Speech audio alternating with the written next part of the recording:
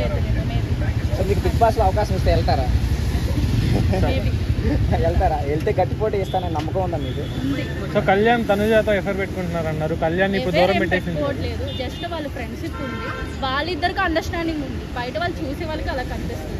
అలా చూసుకుంటే హౌస్ మొత్తం బాండింగ్సే ఉన్నాయి. సో ఇప్పుడు తనుజ అందరితో బాండింగ్ కట్ చేసి ఫైర్ గేమ్ ఆడుతుంది. ఎలా అనిపిస్తుంది అసలు తనకి? సూపర్ అనిపిస్తుంది. అలానే ఆడాలనుకుంటుంది. ఎందుకంటే నేను తనుజ విన్నర్ అవ్వాలనుకుంటున్నాను. ఆది చెప్పిన కాడి నుంచి ఇంకొంచెం ఫైర్ అవుతున్నట్టుంది. ఆది లేడీ వేరే విన్నర్ అయ్యే ఛాన్స్ ఉన్నప్పటి నుంచి తనుజ ఇంకొంచెం వాయిస్ రేస్ చేసినట్టు అనిపిస్తుంది. హౌస్ అందరి మీద గట్టిగా అరుస్తుంది. ఆది చెప్పడం వల్లే కాదు, నాగార్జున సార్ కన్ఫెషన్ రూమ్లో తీసుకెళ్ళి తను మొత్తం వీడియోస్ అన్ని షో చేశారు కదా, అప్పుడు చూడడం వల్ల కూడా చేంజ్ అయ్యి ఉండదని నేను చెప్పేసి అనుకుంటున్నాను. సో నాగార్జున గారు హోస్టింగ్ ఎలా? సూపర్ ఉంది. నాగార్జున గారు ఏదైనా కరెక్ట్గానే చెప్తారు. ఫస్ట్ 2 సీజన్లో నాకు నచ్చలేదు, అంటే నాగార్జున మార్చితే బాగుంది అనుకున్నా.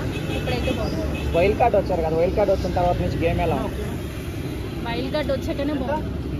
ఎందుకంటే వీళ్ళలో ఉన్న నెగిటివిటీ అంతా పోయింది ముందున్న వాళ్ళు.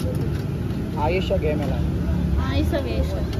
శ్రీనివాస్ సాయి శ్రీనివాస్ ఓకే, కనిపించట్లేదు. కానీ గౌరవ్కి తెలుగు రాదు కదా, ఎలా మేనేజ్ చేస్తున్నారు? కెప్టెన్ అయ్యాడు ఫస్ట్ వీక్, వచ్చిన నామినేషన్స్ రాగానే కెప్టెన్ అయిపోయాడు. అదే కలిసి వచ్చింది అనుకుంటా నేనైతే.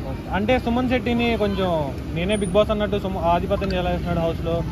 సుమన్ శెట్టిని మాట్లాడనివ్వట్లేదు. సుమన్ శెట్టి కూడా కెప్టెనే కదా, సో తను కూడా మాట్లాడనివ్వకుండా మనోడే ఏదో బిగ్ బాస్ అన్నట్టు షో చేస్తున్నట్టు చేస్తున్నాడు కదా. సుమన్ శెట్టి ముందు నుంచి డల్ ఉంటాడు కదా, మాట్లాడలేడు కదా, సో తిని ఎక్కువ ఉంటున్నాడు. ఆ విషయం అయితే నాకు నచ్చలేదు. సుమన్ శెట్టికి పనిష్మెంట్ ఇచ్చేలాగా ఉన్నాడు, కానీ సుమన్ శెట్టి కొంచెం గట్టిగా ఉంటే బాగుంది అనుకుంటున్నాను. ఇప్పుడైతే పర్లేదు, బాగానే ఉన్నాడు. ఇంకొంచెం ఉంటే బాగుంటుంది. Thank you.